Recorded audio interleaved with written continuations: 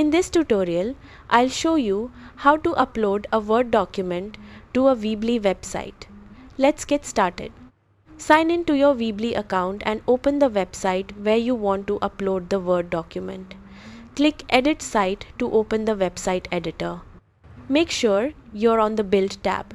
In the left panel, look for the File element. If you don't see it, click Show All Elements to view the complete list. Drag the file element onto your page where you want the document link to appear. Click the file element, then select Upload File. Choose the Word document from your computer and upload it.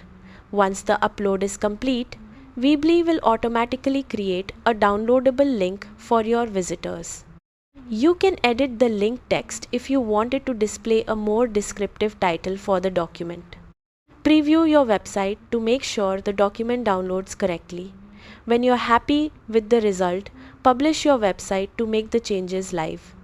That's how to upload a Word document to a Weebly website. Thanks for watching.